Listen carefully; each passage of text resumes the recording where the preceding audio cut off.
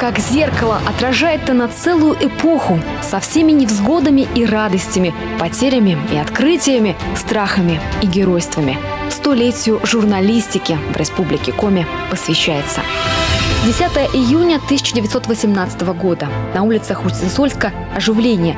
По рукам передают знакомые и незнакомые друг другу люди развороты серой грубой бумаги. На ней стройные колонки свежеотпечатанного текста.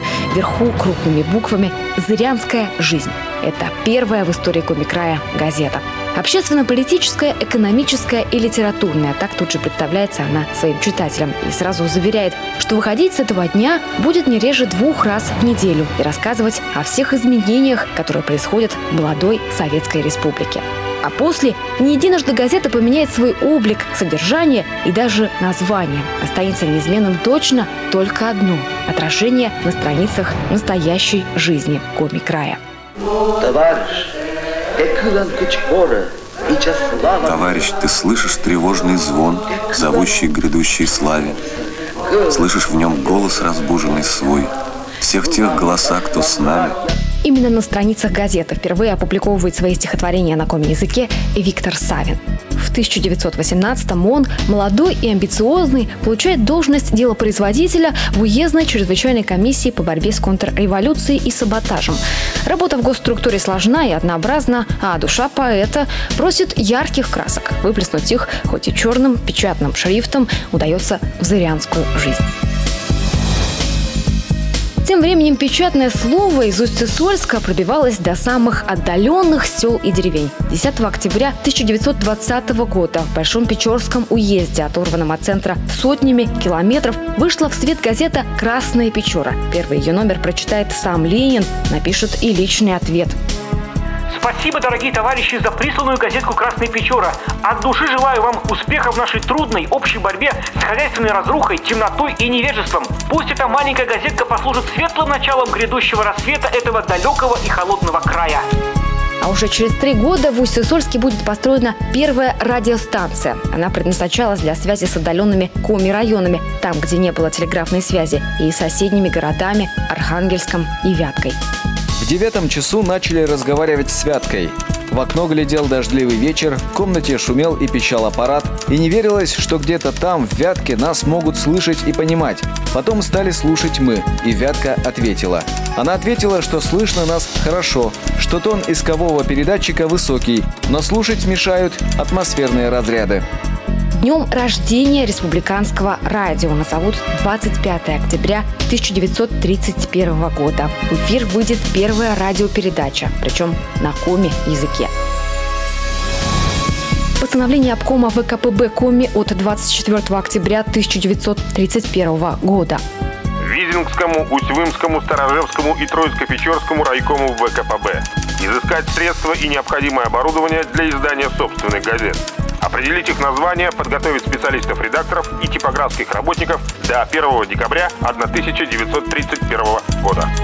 Сыктывкар 30-х годов обступал берега Сысолы, а там, где сегодня стоит мемориал «Вечная слава», тогда был лишь пустырь. Почему-то именно на окраине в 1933 году стали возводить дом печати и типографию. Позже судьба расставила все на свои места, и эта точка стала центром города. Тогда же новое здание вышло самым высоким во всем Сыктывкаре, 4-этажным. Говорят, даже первый асфальт положили именно здесь. В 1936 году была принята новая Конституция СССР 5 декабря. Согласно этой Конституции, Коми-автономная область стала Коми-автономной республикой. Соответственно, изменилась вся структура государственной власти. Их сюда и перевели в это новоотстроенное здание. Они занимали, как минимум, 2 и 3 этажи. Что было на 1-м, вначале мне неизвестно. Скорее всего, какие-то технические службы. А журналисты поднялись все на 4-й этаж вместе с Коми-книжным издательством. Так что можно сказать, что у нас 4-я власть находилась выше 1-й и 2-й. К 1940 году в Коме издавалось уже 3 республиканские газеты: «Верледжич», «Коми Комсомолец», «За Новый Север».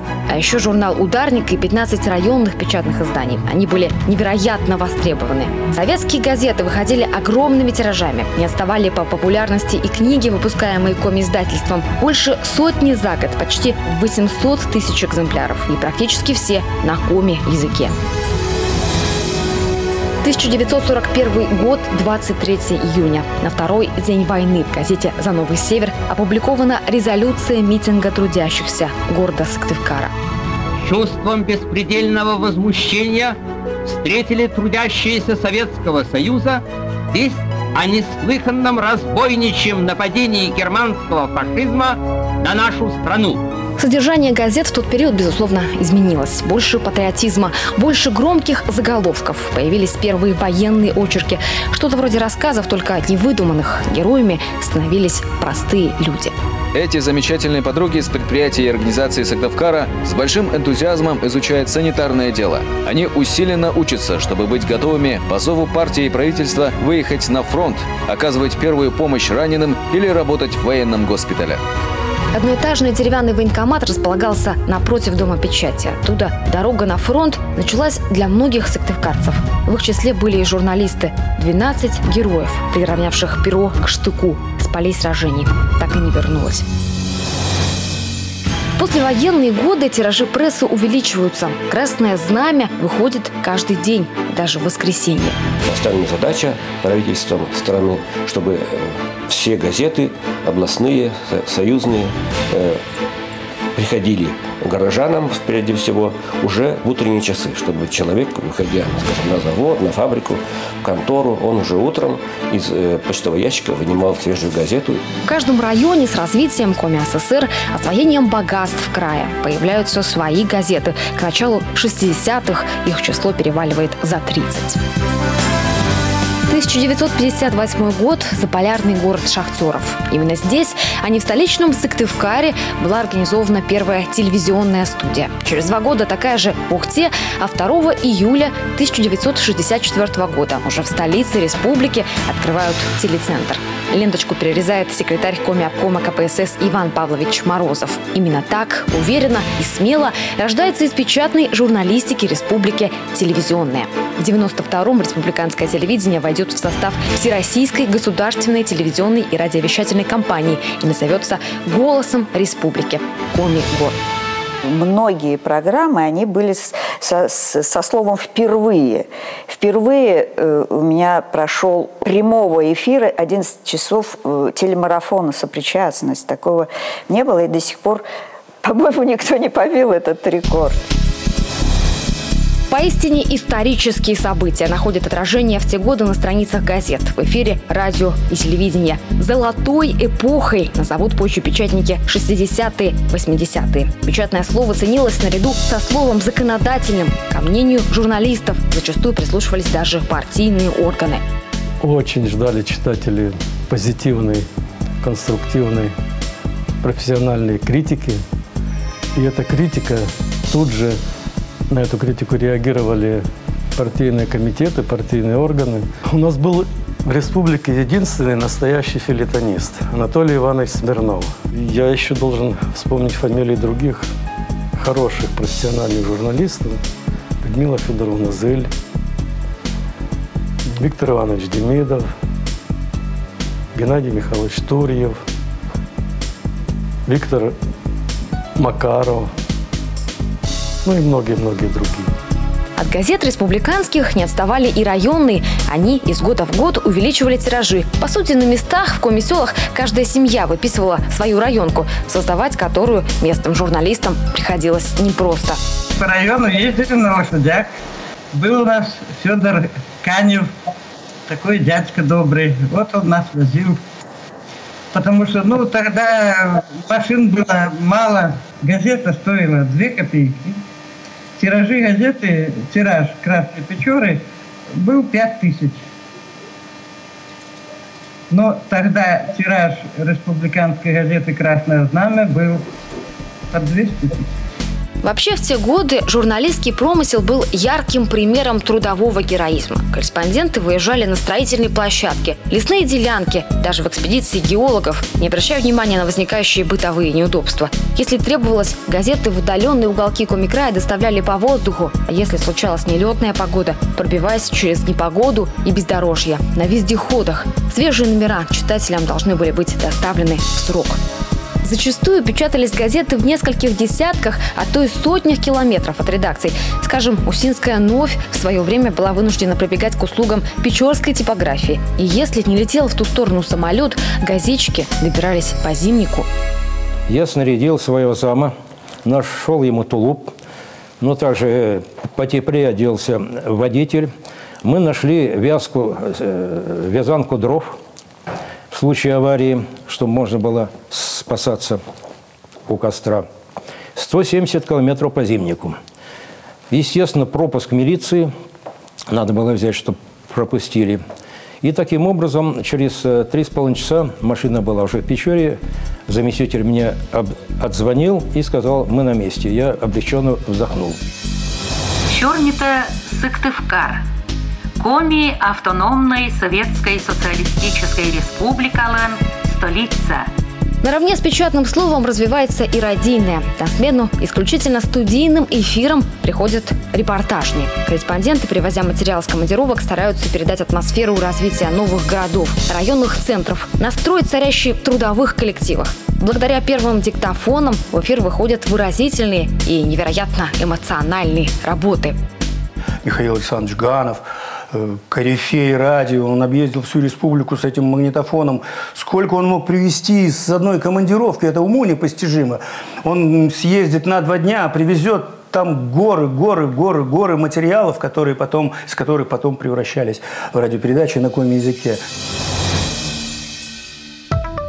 Самое сложное и самое интересное время, так говорят работники прессы про перестройку. Советская политическая система рухнула. Партийные установки ушли в прошлое. Красное знамя, молодежь севера, Коми-му, другие издания. В поисках нового «я». На авансцену выходит госпожа конкуренция во всех своих проявлениях. Оптом забирали и мальчишки, подростки, которые зарабатывали на этом деньги, и пенсионеры, и продавали там чуть ли не на каждом углу в городе. Как эти западные фильмы смотришь, там еще, может быть, чаплинских времен, как бегают мальчишки по улицам какой-нибудь там Чикаго или Нью-Йорка, машут газетами и кричат какие-то громкие новости, заголовки. На молниеносно меняющуюся реальность быстрее других реагирует молодежная пресса. Темы становятся острее, издания начинают биться за своего читателя и рекламодателя в том числе. В редакции потоком идут многочисленные письма от жителей республики. Меняются в те годы и издания, которые прежде были официальными, значительно вырастает интерес к национальной прессе. Значение, конечно, коми-языка было довольно большим. И можно даже судить по тиражам. В те время спокойно было. Тиражи могли быть и 10 тысяч экземпляров. Коми-му, например, 90-е годы, она без никаких сильных нажатий сверху, скажем, будем так говорить. Люди сами выписывали газет, потому что темы были интересными. Эпоха перемен. В эфире Коми-республиканский телевизионный канал. Сегодня вместе с нашим партнером РЕН-ТВ мы начинаем двухдневное вещание. Новые времена, новые горизонты. С приходом 2000-х по инициативе первого главы Коми Юрия Спиридонова в регионе начинает вещать республиканский телевизионный канал. Первые пробные эфиры проходят в дни 80-летия региона.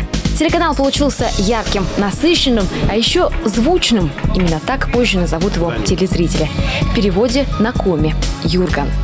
21 октября 1996 года свет увидела и первая новостная лента республики – сводки от Коми-Информа, ставшего первопроходцем среди информационных агентств в Коми. Подписчики сначала регулярно получают по факсу, а уже через 5 лет журналисты начинают осваивать интернет. С появлением других информационных агентств весомо расширяется и читательская аудитория. Коми сегодня в списке регионов с ростом в развитии массовых коммуникаций. Об этом говорят федеральные исследования. В каждом из 22 муниципальных районов есть собственные газеты. Многие издания «Ветераны труда». 2018 год, юбилейный для Коми печати. Свой столетний юбилей отмечает Коми-Му. Наша жизнь и маяк Сысолы переходят рубеж в 85. И это далеко не предел. История, творимая годами, будет продолжаться.